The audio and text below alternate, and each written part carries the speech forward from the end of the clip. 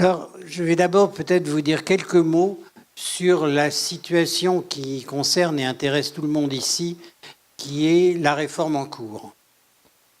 Je ne pourrais hélas rien vous dire de définitif, et pour cause, puisque aujourd'hui même, des négociations ont lieu, et ça serait anticiper trop les choses que d'assurer ce à quoi elles vont aboutir. Première inconnue, on ne sait pas aujourd'hui, lorsque les négociateurs paritaires auront terminé leur travail et auront abouti à un résultat, qu'est-ce que le gouvernement va en faire? Est-ce qu'il va l'accepter tel quel? Est-ce qu'il va faire des modifications? Est-ce qu'il va faire beaucoup de modifications? Il est clair que le fait que le gouvernement ait choisi de faire sur ce sujet une négociation est d'une part conforme à la législation antérieure, mais également montre qu'il n'a pas voulu, dans ce domaine, agir par ordonnance, comme il l'a fait pour réformer le Code du travail, et que dès lors qu'on lance une négociation, on imagine qu'on est plutôt disposé à en entendre le résultat, voire à l'appliquer.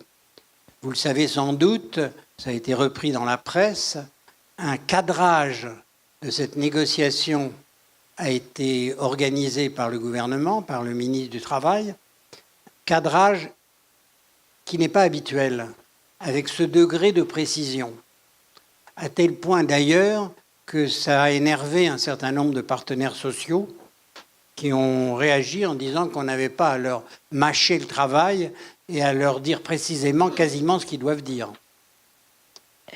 D'ailleurs, ça a commencé sur le calendrier, où ils ont d'eux-mêmes décidé de prolonger un peu le calendrier qui allait leur être imposé. Donc là, on a quand même pas mal d'inconnus. Qu'est-ce qu'on sait aujourd'hui? Qu'est-ce qu'on peut dire? Le congé individuel de formation est aujourd'hui sans doute menacé d'un regroupement avec le CPF, avec le compte personnel de formation, dont on ne sait pas trop concrètement, précisément, comment ça va se passer.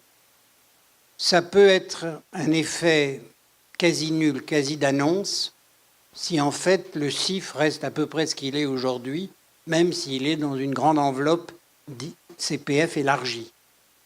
Ça peut aussi aller beaucoup plus loin et aller presque jusqu'à une sorte de disparition du CIF. Le CIF aujourd'hui est le meilleur instrument juridique qui existe pour favoriser des reconversions professionnelles demandant des durées longues. Il satisfait à cette demande, mais en revanche, il n'y a que 50 000 personnes par an qui en bénéficient, ce qui est très peu. Donc il est aujourd'hui en cause. Qu'est-ce qui va lui arriver avec la réforme? On va voir, il fait certainement partie des points qui vont être au moins chahutés par cette réforme. Derrière le CIF, le sort des FONGECIF est également posé. Mais les FONGECIF aujourd'hui sont la structure la plus pertinente, capable de recevoir un grand nombre d'individus et de répondre à des demandes individuelles en grand nombre, y compris avec les outils informatiques que ça nécessite. Alors, le CPF lui-même, alors le CPF est, lui, maintenu certainement. La question de sa monétarisation est posée. À mon avis, elle ne sera pas retenue. Mais je peux me tromper. La monétarisation du CPF poserait beaucoup de problèmes, et notamment, finalement, ça serait donné à chaque personne les 0,20% ou X% si ça change, ce qui fait très peu. Et ça pose le problème tout notre système de formation, il faut le voir aujourd'hui, est basé sur une forme de mutualisation, puisque tous les salariés cotisent et il n'y en a que 20% qui suivent effectivement une formation. Donc c'est une forme de mutualisation. La monétarisation, comment est-ce qu'elle pourrait reprendre en compte cette mutualisation nécessaire? Il y a des systèmes qui peuvent le permettre. Ça sera compliqué, mais on sait que la complexité n'a jamais fait peur aux gens qui décident de l'avenir de la formation. Lié d'ailleurs au CPF aussi, la fin déjà annoncée des listes, des fameuses listes. Les listes du COPANEF, les listes du COPAREF, les listes des branches professionnelles. Par quoi seront-elles remplacées? Il faudra bien les remplacer. Là aussi, aucune certitude à cet instant. On parle d'une refonte du RNCP qui, d'une certaine manière, engloberait le rôle actuel des listes pour le CPF. Ce qui renvoie à un autre sujet qui est aussi au menu, qui est le problème de la réforme du système de certification.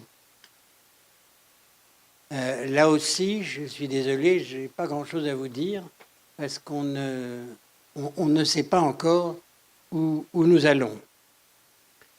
La professionnalisation semble à ce jour ce qui est le moins touché par la réforme.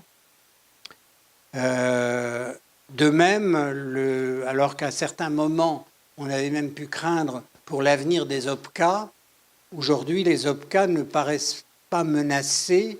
On parle d'une espèce de spécialisation, les OPCA pour le conseil aux entreprises et les FONGECIF ou leurs héritiers pour le conseil aux individus. Ce qui est sûr pour les OPCA, c'est que s'ils ne sont pas menacés, l'évolution de leur métier, qui est déjà très engagé, qu'il a déjà été très engagé par les dernières réformes, risque de l'être encore plus. Un sujet actuellement extrêmement chaud, c'est la professionnalisation, c'est l'apprentissage. On avait parlé à un moment donné de fusionner les deux systèmes, contrat de pro et apprentissage. Aujourd'hui, il semble plutôt qu'on soit en train d'envisager de les remettre au même niveau, en termes notamment de statut des apprentis et des stagiaires en contrat de pro.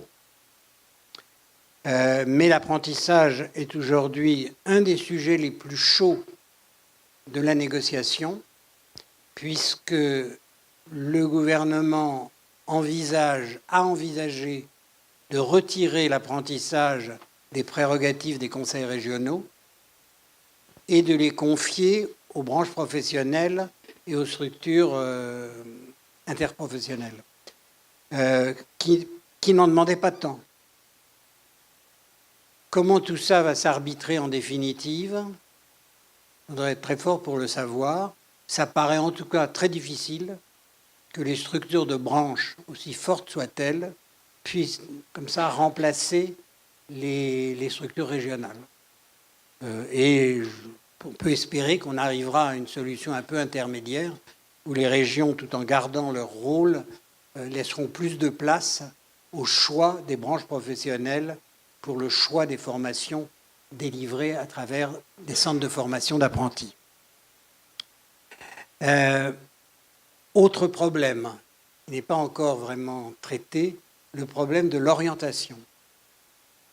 On voit bien que la vision générale qui se dégage aujourd'hui, c'est de mettre l'individu de plus en plus aux commandes dans le fond. Vous savez, il y a deux grandes catégories, il y a l'espace et le temps. Le à distance est par définition bouleverser l'espace. Il n'y a plus de problème d'espace avec la FOAD. Ce qui est en train de se passer, c'est qu'il n'y aura plus non plus de problème de temps. En effet, les parcours de blocs multimodaux qui pourront avoir lieu tout au long de la vie. C'est un peu ça la perspective vers laquelle on va. Bouleverse complètement les notions de temps de formation, de ce qui est dans le temps de travail, de ce qui est hors du temps de travail, de ce qui est en continu, de ce qui est en discontinu, et permet de rentrer vraiment, s'il y a une volonté politique, dans des dispositifs de formation tout au long de la vie. Vous voyez, j'essaye d'être bref. Les parcours que la loi travail a permis pour la professionnalisation risquent d'être étendus au reste du droit du travail. Nous, FOD, nous militons actuellement et nous essayons de faire du lobbying autour de la notion de forfait pour l'ensemble de ces dispositifs multimodaux où il devient absolument impossible de prétendre connaître et mesurer le temps de formation de chacun. Dans le même temps, à côté, en même temps, la technologie, elle avance. Elle n'avance pas au rythme de nos lois. Elle avance beaucoup plus vite. Je ne vais pas vous faire maintenant un exposé sur l'intelligence artificielle, mais il est clair que l'intelligence artificielle, avec les fameux réseaux, les algorithmes, l'intelligence apprenante, etc., tout ce qu'on arrive déjà à faire en diagnostic médical, on pourrait aussi le faire en diagnostic de formation sans problème particulier. On n'est qu'au tout début de tout ce que les technologies sont en train de nous ouvrir comme possibilité, sans parler des neurosciences qui, elles aussi, ouvrent des champs qui renvoient vite à la préhistoire tout ce dont on parlait avant.